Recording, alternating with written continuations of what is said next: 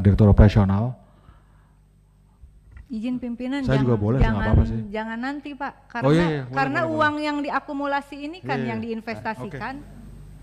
Assalamualaikum warahmatullahi wabarakatuh.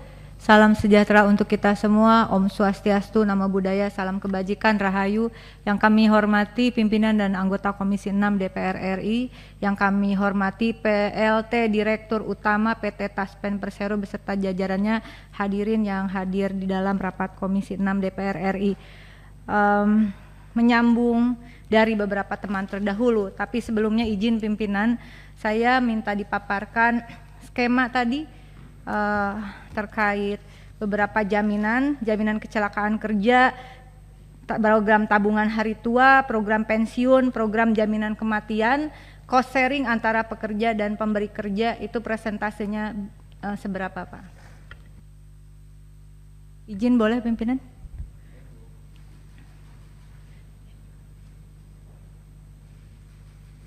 Pak Dirut, bisa dijawab? Boleh Pak, boleh. Supaya jelas ini, karena ini bergerak di asuransi tapi sebetulnya bukan mencari nasabah seperti Pak Hendrik katakan tadi. Pesertanya udah ada gitu, jadi seperti kantong semar lah. Ya kan, orang mau nggak mau semua PNS itu harus dipotong gajinya langsung dari rekeningnya.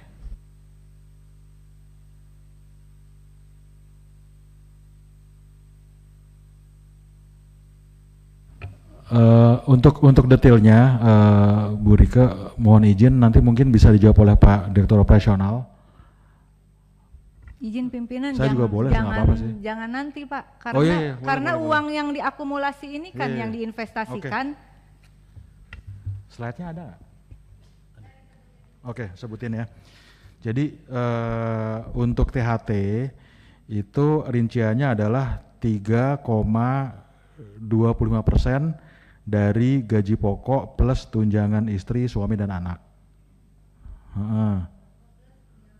Ya, kemudian untuk JKK, ya,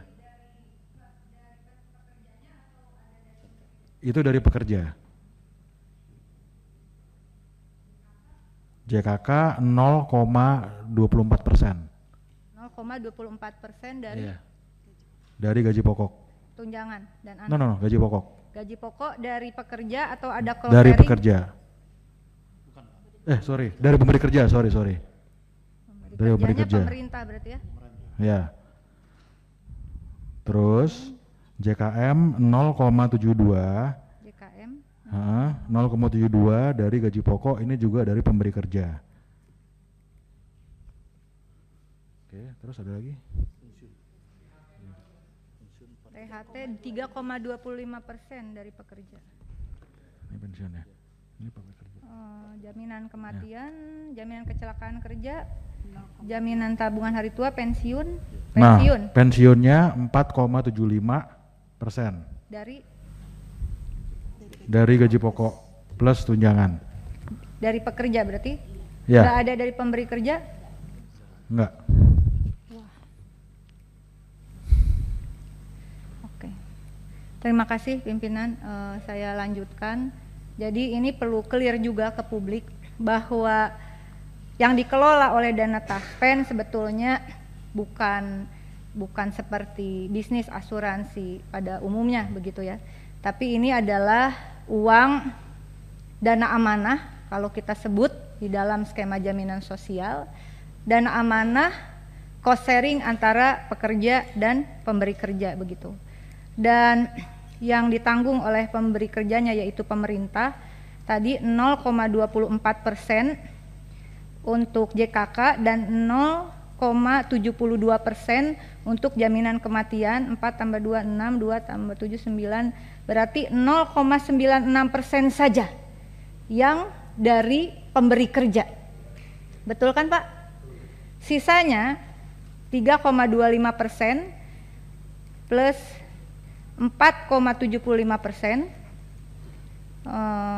25 tambah 10, 8%. 8% itu adalah dari gaji pekerja, baik itu PNS begitu, lalu apalagi Bapak? Pejabat negara, anggota DPR dan DPRD ya. Jadi ini adalah uang potongan gaji mereka yang bekerja pada negara. Uang ini lalu diinvestasikan. Nah, koreksi kalau saya salah, saya ingin menanyakan visi dan misi dari Taspen ini apakah masih sama atau sudah berubah. Visi, menjadi perusahaan asuransi sosial dan dana pensiun yang unggul, terpercaya dan berkelanjutan demi mewujudkan kesejahteraan peserta untuk meningkatkan nilai ekonomi dan sosial Indonesia. Masih? Alhamdulillah masih.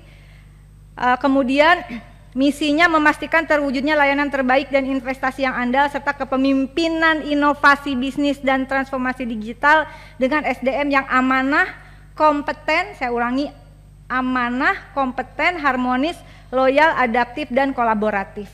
Kita kembali ke visi. Pimpinan dan anggota izin, ini adalah perusahaan asuransi sosial, bukan asuransi komersial. Betul ya Bapak ya? Asuransi sosial. Artinya sistemnya saja yang untuk seperti komersial, tetapi prinsip di dalamnya adalah asuransi sosial. Kenapa demikian? Karena dana yang dikelola adalah dana amanah, dana dari para pekerja, bukan seperti asuransi komersial, asuransi swasta yang dia memang orang yang ingin mengasuransikan di luar potongan upahnya, misalnya seperti itu. Nah, oleh karena itu kebetulan PLT Dirut Taspen ini adalah sebelumnya pernah menjabat Dirut PT Bahana Pembina Usaha Indonesia Persero, Dirut PT BRI Dana Reksa Investment Management, bukan? Tapi yang jelas Direktur Investasi PT Taspen. Maaf ya, yang dua berarti bukan. Jadi Direktur Investasi PT Taspen. Kebenaran Pak. Nah, dana-dana yang diakumulasikan tadi Bapak, saya kira di sini berarti ada 108,69 triliun yang untuk THT, tabungan hari tua, yang potongan 3,25% ya, betul ya. Kemudian yang iuran pensiun juga itu dana dari potongan pekerja 4,75%. Saya langsung saja ingin menyampaikan sama sebetulnya seperti rekan-rekan yang lain. Ada indikasi kuat terjadinya investasi fiktif yang sudah ramai di pemberitaan begitu. Betul ya Pak ya? Investasi fiktif 1 triliun. Berarti kalau saya boleh katakan dengan tadi kenapa saya minta dijelaskan ini uang siapa, pekerjakah atau mereka yang seperti di asuransi komersial, ternyata uang ini adalah uangnya para pekerja yang bekerja pada negara dari atas sampai bawah Pak ya. Jadi jangan dibayangin hanya pejabat negara di level atas. Totalnya berapa sekarang? 3, berapa juta Pak? Total 7,6 juta 11.277 dari atas sampai bawah. Potongan gaji orang yang bekerja, saya ulangi lagi Pak ya. Potongan gaji orang yang bekerja sampai level bawah. Jangan ngebayangin yang jabatan-jabatannya menengah ke atas yang gajinya gede. Bayangkan Bapak supaya punya imajinasi yang sama nih. Karena saya yang ngotot minta penjadwalan Taspen. Bayangkan uang ini adalah uang yang mereka yang bekerja tuh, yang pelayan kesehatan, ya, ada yang penyuluh, ada yang guru, Bapak, di kampung-kampung di seluruh Indonesia. Coba Anda bayangkan. Ini bukan uang dari APBN sebetulnya, tapi potongan gaji. Karena dia bekerja pada negara, gajinya dari negara benar, dari APBN. Tapi itu adalah haknya sebagai pekerja. Yang ingin saya tanyakan, dan kebetulan Anda sebelumnya adalah Direktur Investasi PT Taspen. Jelaskan kepada kami bagaimana skema dan proses persetujuan investasi di PT Taspen. Bapak ini jangan kayak nggak ngerti ya soal tadi pembagian persentase, atau memang tidak mengerti. Bukan yang tadi, misalnya ini dari potongan upas, memang tidak tahu. Harusnya tahu, supaya kita feel-nya tuh sama. Oh, ini duit orang yang kerja di pelosok-pelosok di seluruh Indonesia, total 7,6 juta tadi. Bagaimana fungsi manajemen resikonya? Jadi yang pertama, bagaimana proses persetujuan investasi di Taspen? Di mana posisi komite investasi Taspen? Bagaimana prosedur pengangkatan pimpinan dan anggota? Apa ada komite investasi Taspen? Ada kan? Bagaimana mekanisme seseorang bisa ditetapkan sebagai komite investasi Taspen? Lalu bagaimana skemanya, dan Anda juga sekarang masih merangkap sebagai direktur investasi Taspen. Keputusan itu kan pasti tahu dong. Kalau nggak tahu berarti saya jadi bertanya, kenapa bisa ada di sini? Tahu kan? Bagaimana prosedur mekanisme SOP investasi itu? Lalu karena ini sudah jadi pemberitaan, saudara-saudara, jadi uang potongan gaji tadi terindikasi kuat ada investasi fiktif sekitar kurang lebih 1 triliun, betul ya? Meskipun sekretaris perusahaan pada 3 September 2023 corporate secretary Mardiani Pasaribu masih sudah enggak, udah pensiun. Dia mengatakan tidak ada apa-apa.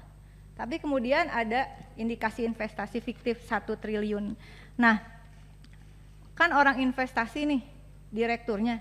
Apa sih yang dimaksud investasi fiktif? Tolong dong jelasin Pak, paling tidak kepada kami di sini begitu. Nah, dari penelusuran berita yang sudah dilansir oleh media-media yang kredibel, saya kira rekanan Taspen dalam investasi fiktif ini adalah PT Insight Investment Management. Bagaimana prosedur Anda bisa memutuskan menyetujui sebagai direktur investasi? Apakah tidak melalui persetujuan direktur investasi atau tanpa sepengetahuan direktur investasi ke PT Insight Investment Management, dan PT Insight Investment Management ini kemana investasinya? Tadi kan Pak Hendrik sudah menyinggung tuh, ada investasinya, ini juga nanti mohon tertulis Bapak ya, mohon tertulis. Investasinya ini SBN, reksadana, obligasi korporasinya ini apa? Apa obligasi korporasi ya Pak Hendrik ya? Pak Hendrik, jangan seperti makro begini dong, kita juga harus tahu depositonya di mana, sahamnya dan seterusnya dan sebagainya. Nah, apakah PT Insight Investment Management termasuk di dalam struktur investasi yang Bapak jelaskan tadi? Tapi kemana jelasnya begitu? Nah, bagaimana yang terakhir adalah bagaimana dengan mitigasi Taspen agar tidak terjadi hal serupa ke depan. Kebetulan Anda merangkap jabatan PLT Dirut dan masih menjabat sebagai direktur investasi. Persoalan asuransi sosial, investasinya juga sesuai dengan tadi misinya, kepemimpinan yang amanah, itu yang paling penting menurut saya. Kita memperjuangkan agar ini dana amanah Pak, kalau kami dalam jaminan sosial, karena ini dalam asuransi sosial bukan komersial, sebenarnya ini dana amanah. Bagaimana mekanisme keputusan investasi itu? Yang terakhir, hasil pemupukan atau investasi itu diberikan kepada siapa?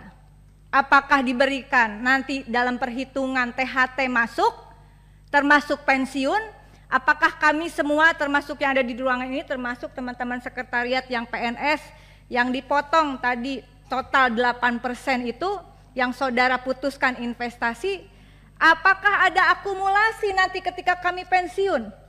Atau kami hanya mendapatkan seperti akumulasi dari nilai dari angka uang yang sekarang, tapi nilai pemupukannya itu diserahkan atau tidak kepada peserta yang notabene adalah dari potongan gaji ini. Saya tidak tahu apakah kalau di Taspen mungkin sudah bukan PNS ya. Tetapi kalau asuransi itu kan, kalau kita asuransi komersial, kan sistemnya nih asuransi komersial, hasil pemupukan itu nasabah dapat dong Pak, bener nggak? Nah kalau di Taspen, nasabah dapat nggak?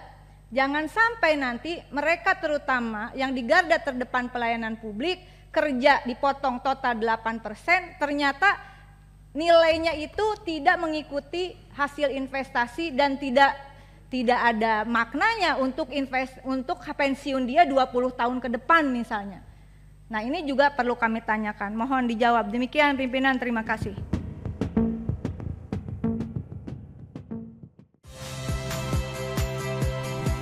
Saya Yasir Neneama. Saksikan program-program Kompas TV melalui siaran digital, pay TV, dan media streaming lainnya.